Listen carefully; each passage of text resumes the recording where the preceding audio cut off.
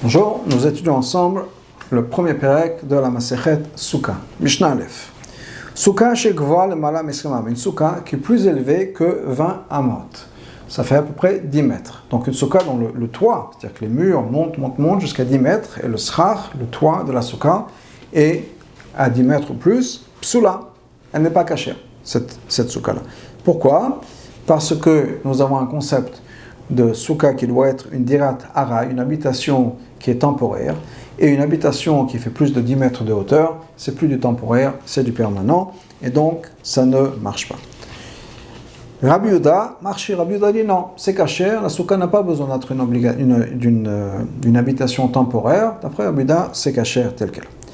Une souka she'ena gvoa sarat tfachim, une souka qui n'est même pas haute de 10 tfachim. 10 tfachim à tefar, ça fait à peu près 8 cm, donc 10 tfachim, 80 cm à peu près, donc la souka est plus basse que ça, moins d'un mètre, moins de 80 cm. Ve'she'ena shalosh defanot, ou bien une souka qui n'a pas 3 murs, 3 parois, ou bien shechamata muruba mitsalata, ou bien il y a plus de soleil que d'ombre, c'est-à-dire que le srach, la couverture n'est pas assez importante. Psula, dans ces cas-là, c'est pasoul. Donc la souka doit avoir au moins 3 murs. Alors, 3 murs, ça peut être 2 murs entiers avec un petit bout d'un 3e mur, mais il faut qu'on ait au moins ces 3 murs. D'ailleurs, on nous dit que le mot de souka contient les halachot de ces murs-là. La première lettre est un samer qui est fermé de tous les côtés, donc c'est 4 murs. Le kaf est une lettre qui est de 3 côtés, donc c'est 3 murs. Et le he, c'est 2 murs avec un petit bout. Et donc ça, c'est les 3 options qui sont cachères pour la souka. S'il y a trop d'ombre, s'il y a trop de soleil, c'est qu'il faut rajouter du srach, on n'a pas assez de srach. Souka yeshana, une souka qui est vieille, ce qu'on considère vieille. Et on va voir dans la Mishnah, un peu plus tard, on va nous dire qu'est-ce qui est considéré vieille ou ancienne. En tout cas, notre Bet Shammai nous dit, poslen, Bet Shammai nous dit que c'est pasoul. Alors ça veut dire quoi vieille dans ce cas-là? Encore une fois, on n'a pas vu le nombre de jours. Ça veut dire quoi? Mais ça veut dire que ça n'a pas été fait pour la souka. Ça a été fait parce que pendant l'été, on fait une petite cabane pour se protéger du soleil, on profite de l'extérieur en étant protégé, et donc c'est pas fait pour la mitzvah, donc Bet Shammai nous dit c'est pas ça. Bet Hillel marché, Bet Hillel dit non, c'est caché, on n'a pas besoin que la souka soit fabriquée pour la mitzvah de la souka. Ezoui souka yeshana, qu'est-ce qui est considéré comme une souka qui est vieille, ancienne? Kol she'asa kodem lachak 30 yom, tant que ça a été fait 30 jours avant la fête. Donc la fête de Sukkot commence le 15 Tishri. Si on est avant le 15 Elul, dans ce cas-là, c'est pas bon. Si ça a été fait juste comme ça, parce qu'on imagine que ça n'a pas été fait particulièrement pour Sukkot, ça a été fait, encore une fois, pour pouvoir participer ou profiter de l'été, sortir dehors, avoir d'un peu d'ombre quand même. Donc on imagine que ça n'a pas été fait pour la mitzvah. En tout cas, il y a une possibilité que la Gemara nous dit, ce qu'on peut faire, c'est qu'on peut soulever le srach pour la mitzvah de Sukkot. Donc même si la souka a été construite pendant longtemps, ou bien même des fois, il y a des gens qui laissent la souka toute l'année avec le srach, ce qu'il faut faire, c'est qu'on lève le srach et on le remet pour la mitzvah de souka. Maintenant, si cette souka a été construite spécialement, a été faite pour la fête, pour Sukkot, même si c'est depuis le début de l'année, c'est-à-dire, ça peut être l'année d'avant, de Sukkot de l'année dernière, Kshera, c'est kasher. Tant que ça a été fait pour la mitzvah de Souka. Mishnah Bet. Aose Soukato Techat Elam. Quelqu'un qui construit sa souka sous un arbre. C'est comme si on avait construit la souka à l'intérieur de la maison, sous un toit. C'est-à-dire que la souka ne doit avoir rien à voir au-dessus. Et donc, si un arbre ou bien si un toit, c'est la même chose, c'est pas kasher. Souka al-gabe souka. Dans la même idée, si on a construit 2 soukot, une souka avec 2 étages.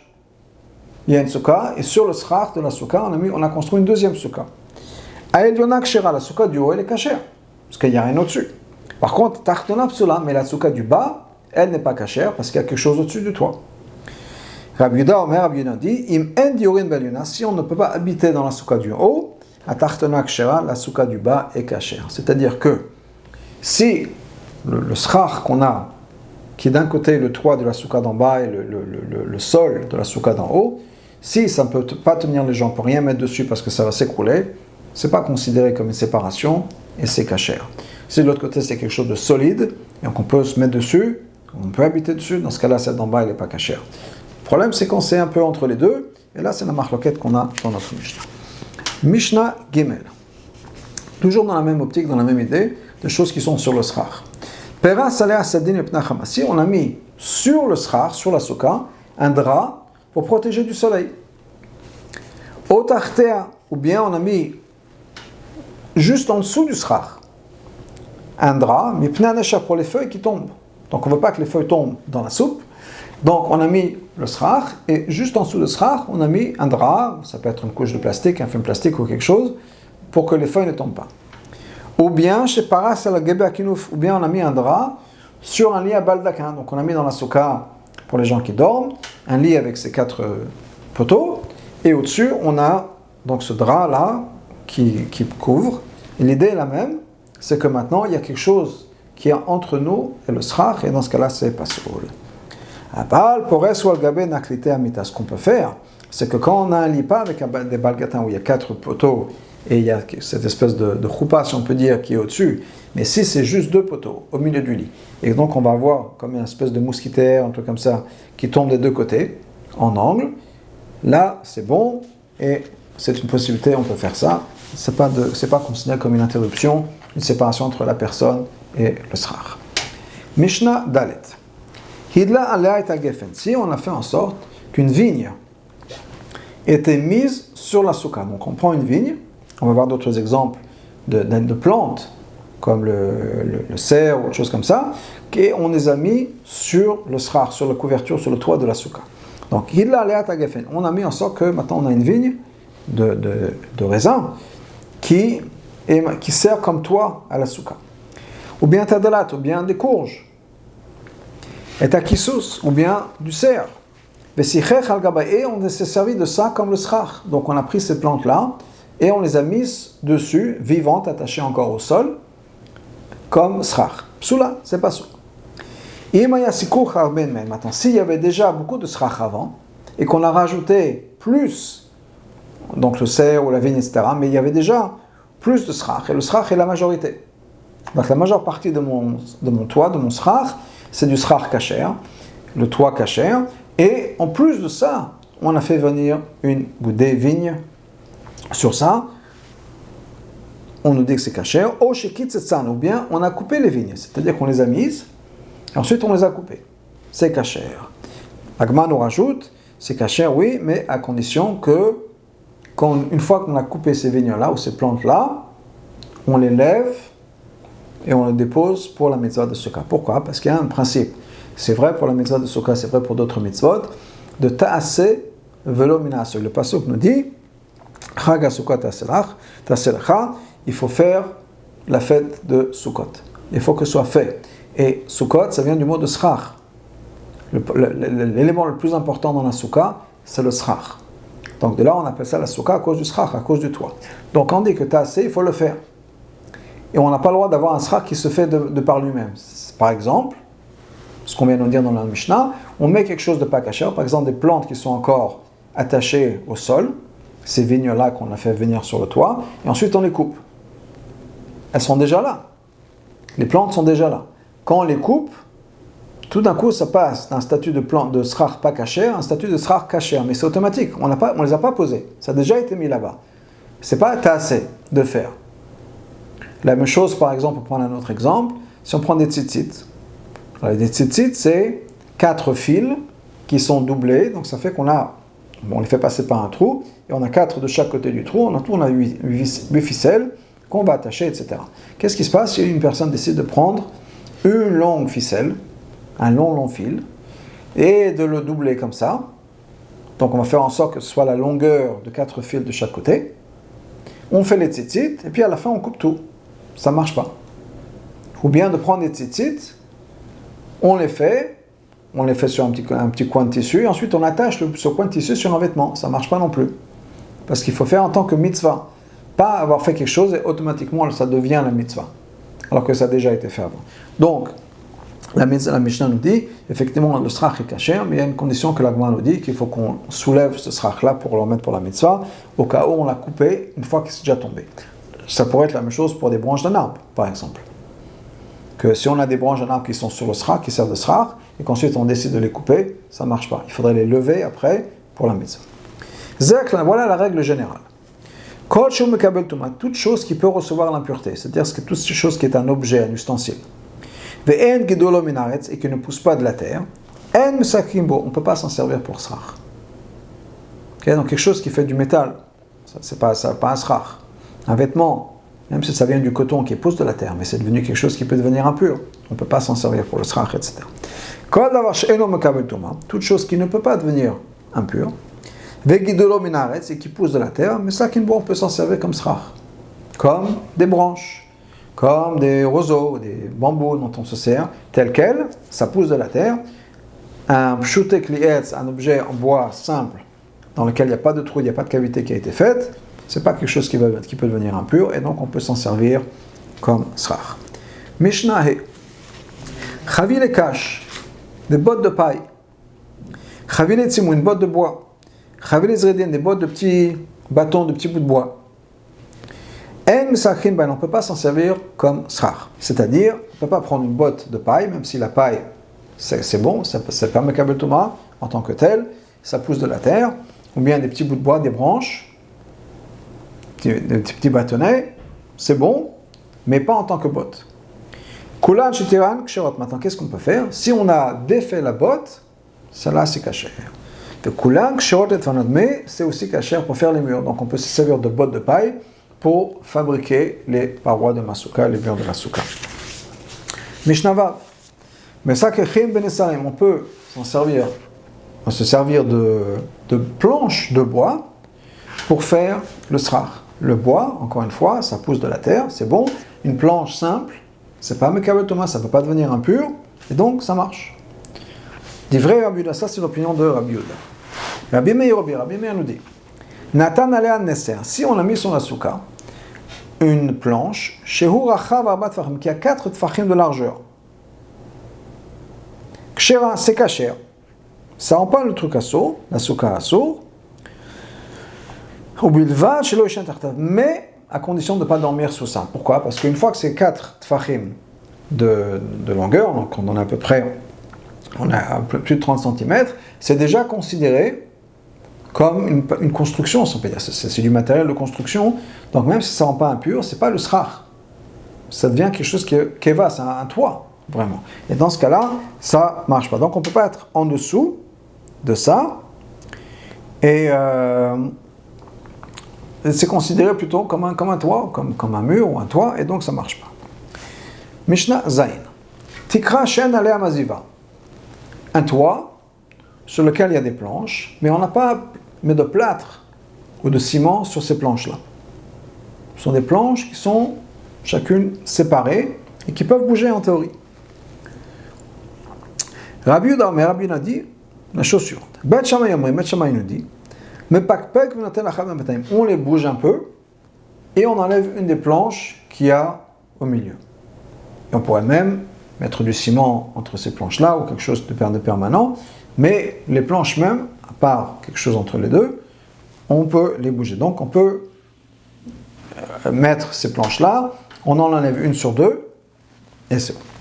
Betela nous dit, mais Betela dit non, on a le choix. Soit on les bouge, pour bien montrer qu'on les met pour le srach, pour bien montrer que ce n'est pas une construction permanente, soit on enlève une qui est entre les deux. Ça, c'est d'après l'opinion de Rabbi Yehuda. Rabbi Meir nous dit, Rabbi Meir nous dit non, c'est l'opposé. On enlève une planche sur deux, mais il n'y a pas besoin de les déplacer. Il n'y a pas besoin de les faire bouger, ça suffit et c'est bon tel quel. Dans la Mishnah Chet, quelqu'un qui couvre la souka avec des shipoudines. Shipoudines, on se sert pour faire les brochettes, c'est-à-dire une pique en métal, une brochette en métal, longue. Ou bien ça peut être les planches du bois, du lit. Donc les côtés du lit qui sont assez longs. Si il y a un espace entre ces fourches, ou pas ces fourches, ces brochettes, si on peut dire, ou bien ces bouts de bois qu'on a, il y a un espace qui est l'équivalent de la largeur de cet objet dont on va se servir, c'est kasher. Quelqu'un qui a une pile de blé. Le blé, c'est une plante. Donc il fait une pile de blé, il creuse un trou à l'intérieur pour faire sa souka. Et nos souka, ce n'est pas considéré comme une souka. Ça ne compte pas comme une souka, parce qu'on revient à Tasev Elomina Asoy, c'est-à-dire que la souka est faite automatiquement. J'ai une pile, je creuse un endroit pour entrer, et donc j'ai mon srach automatiquement qui est fait, avec les murs qui sont faits, ça fait une souka automatiquement. Je n'ai pas construit une maison, ou pas une maison, mais je n'ai pas construit une cabane, disons. J'ai creusé dans quelque chose. Ça ne marche pas. Mishnah, tête. Ha-meshalesh defanot min mal al-mata. Quelqu'un qui va faire descendre les murs. C'est-à-dire que les murs vont commencer à une certaine hauteur et vont descendre vers le bas, mais ne vont pas toucher le plancher. À l'opposé de ce qu'on va voir dans la deuxième partie de la Mishnah, les murs qui commencent sur le plancher qui ont une certaine hauteur. Là, on parle de murs qui vont être plus hauts, qui n'atteignent pas le sol. Im gvo minaresh loshet tfachim psula. Si les murs s'arrêtent à plus de 3 tfachim du sol, c'est pas soul. Encore une fois, un tefar c'est 8 cm, donc on a 24 cm à peu près. S'il n'y a pas de mur à cette hauteur-là, c'est pas caché. Alors c'est quoi ce din de 3 tfachim? Ça revient de temps en temps. Il y a un din que 3 tfachim sont considérés lavoud. C'est-à-dire que quand deux choses sont à proximité de moins de 3 tfachim, c'est comme s'ils étaient collés. Comme s'ils étaient ensemble. Si la distance est plus de 3 tfachim, mais ils sont séparés. Donc là, on veut que les murs touchent le sol. Tant que c'est dans la proximité de 3 tfachim, c'est considéré comme s'ils touchent le sol. C'est assez proche et c'est bon. Mais si c'est au-delà de 3 tfachim, ça ne marche pas. D'ailleurs, on raconte une histoire. Il y avait un Rav qui avait fait une souka et qui se reposait entre autres beaucoup sur le din de l'avoud, de ces 3 tfachim-là. Donc il y avait pas mal de trous dans sa souka. Étant donné que les trous étaient faits avec une distance de moins de 3 tfachim, de 24 cm, c'est considéré comme une surface pleine et finie et unie. Alors le Rav avait laissé dans la souka sa montre en or, puis il est sorti pour la nuit, etc. Et le lendemain, il revient et la montre a disparu. Il y a un voleur qui est rentré, ou bien qui l'a prise par un de ces trous qu'il y avait dans les murs de la souka, et qui a pris la montre. Et ce Rav s'est exprimé en disant: j'ai l'impression que ce voleur-là est un amaret, c'est un ignorant, il ne connaît pas l'halakha. Parce que s'il avait connu l'halakha, il aurait su que le mur était une surface finie, complète. Il n'y avait pas où rentrer la main. Parce que même s'il y avait des espaces où rentrer la main, c'était la voûte. Donc d'après l'halakha, c'est une surface pleine. Donc Kaniré, que ce voleur-là ne connaissait pas l'halakha, il ne savait pas que c'était une surface pleine, et il a passé la main sans savoir qu'en fait il n'y avait pas où passer la main en théorie, d'après l'halakha. Donc pour revenir à ça, donc il a dit, tant que les murs qui sont un peu plus hauts que le sol sont dans les 3 tfachim du sol, c'est bon. C'est considéré comme attaché au sol. Plus que ça, ça ne marche pas. Par contre, les murs qui sont au sol, qui commencent vers le haut, quelle hauteur? S'ils sont 10 tfachim de haut, donc à peu près au moins 80 cm de hauteur, c'est bon. Rabbi Yossi Omer, Rabbi Yossi dit non. Que Shem shelemata lemala asara tfachim, de la même manière que du bas vers le haut, il faut que ce soit au moins 10 tfachim. Kach milemala lemata asara tfachim, la même chose du haut vers le bas, il faut qu'il y ait au moins 10 tfachim, c'est-à-dire que c'est bon. Tant qu'on est dans les 10 tfachim, tant qu'on a un mur qui a 10 tfachim, c'est 80 cm, c'est bon. Même si c'est au-delà des 3 tfachim à partir du sol, c'est pas grave. Tout ce que j'ai besoin, c'est d'avoir un mur de 10 tfachim. Que le mur il soit à partir du haut, du bas, quelle différence? Tant que j'ai les 10 tfachim, j'ai mon mur, et c'est bon.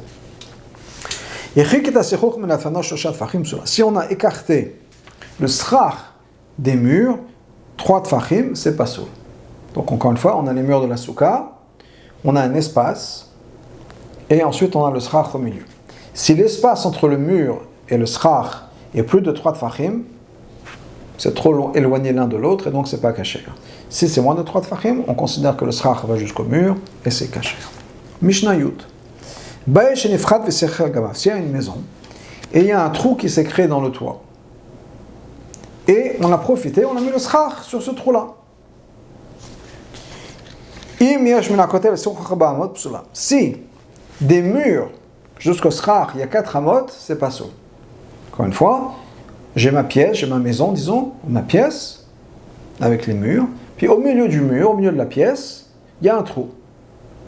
Et j'en ai profité pour mettre le srach. Maintenant, autour de ce trou-là, dans le toit, c'est resté fermé, c'est resté en ciment, en bois, enfin, c'est le matériel de mon toit, ou de mon plafond.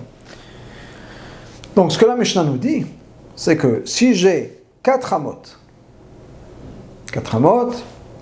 ça fait, donc encore une fois, 4 coudées, à peu près 2 mètres. Donc, tant que j'ai cet espace-là, donc si j'ai plus que 4 amotes, ou 4 amotes plus, okay, c'est-à-dire en haut, entre les murs et le srach qui est au milieu, le trou du milieu, si j'ai 4 amotes, c'est pas sourd. Si j'ai moins de 4 amotes, c'est bon. On considère que le toit, la partie du toit qui va jusqu'au srach, est ce qu'on appelle dofen akuma, un mur qui est courbé, et qu'en fait, c'est comme si le mur continuait, et après j'ai mon srach en haut, c'est bon, tant que c'est pas plus que 4 amotes. La même chose si j'ai une cour, un jardin, et j'ai un patio autour qui est fermé de 3 côtés. Ou bien, donc ça c'est aussi caché. Donc tant que j'ai le srach, et tant qu'il n'y a pas de cet espace-là, c'est bon. Souka gdola, une grande souka. Shekifwa bedavar shem sachin bo. Qu'on a entouré de quelque chose pour lequel on ne peut pas se servir pour le srach. Si en dessous il y a 4 amot, c'est pas sourd. Alors ça veut dire quoi une souka gdola? C'est-à-dire une souka qui est très grande, et au milieu j'ai mon srach. Mais après j'ai un espace, encore une fois, j'ai un espace entre le srach et les murs. Donc, s'il y a cet espace-là de 4 amot, je ne peux pas mettre sous ces 4 amot-là. C'est pas soul, c'est comme cette maison-là, c'est exactement le même de la maison, et donc je peux pas, la souka n'est pas soul. S'il y a moins de 4 amot, c'est bon. Et la dernière Mishnah de ce Perek, Mishnah Yudalev, Aose soukato kemin tzrif. Quelqu'un qui fait une souka comme une tente, c'est-à-dire comme un V. Il n'y a pas vraiment de toit. C'est 2 parties. Donc il va se servir du matériel qui pourrait marcher comme du srach, par exemple des feuilles de palme ou autre chose, et il va faire donc voilà, des feuilles qui vont monter, ou quelque chose qui sont en bambou, un truc comme ça, des mattes en bambou. Bon. Mais l'essentiel c'est que quoi? C'est que j'ai que du srach, et le srach il est en forme de tente, et il n'y a pas de toit. C'est ça le point. Chez Samcha le côté bien, j'ai mis la même chose, mon bambou, mes mattes de bambou, mes feuilles de palme, directement contre un mur. Donc j'ai mon mur, et je les mets directement, comme ça, contre le mur. Rabbi Elazar Posel, Rabbi Yehuda dit, c'est pas soul. Neshanaga, parce qu'il n'y a pas de toit. S'il n'y a pas de toit, il n'y a pas de srach. Une souka sans srach, c'est pas une souka. Chachamim marchirin. Chachamim, non, c'est caché. Voilà, mon toit, c'est mon mur, mais c'est aussi mon toit, j'ai mon srach, il n'y a pas de souci. Donc ensuite je reviens au din de ce mat en bambou. Donc on a un grand mat en bambou, taille importante, et on nous dit donc assoa, les shkivasi, c'est fait pour se coucher, c'est fait comme lit, comme tapis pour aller dormir, mais kabel et touma, donc dans ce cas-là, ça peut devenir impur, puisque c'est un objet de literie, v'em sakinba, on n'a pas le droit de s'en servir pour le srach. Les sichouk, si ça a été fait pour le srach, mais ça, on a le droit de s'en servir pour le srach, dans ce cas-là, ça ne peut pas devenir impur. Donc si c'est ces mattes de bambou qui ont été faits spécialement pour la souka, c'est bon, et ça ne va pas devenir impur. Rabbi Elazar dit non, ça dépend, il n'y a pas de différence, c'est grand ou petit. La Mishnah nous a dit au début, on a dit si c'est grand, si c'est petit, il a dit non, il n'y a pas de différence. Grand ou petit. Asal shkivasi, c'est fait pour s'allonger dessus. Mais kabel touma, ça peut devenir impur. Vem sachinba, on ne peut pas s'en servir pour le srach. Les sichour, si c'est fait pour le srach, mais sachinba, dans ce cas-là, on peut s'en servir pour le srach. Vena me kabel touma, et ça ne devient pas impur, ça ne peut pas devenir impur.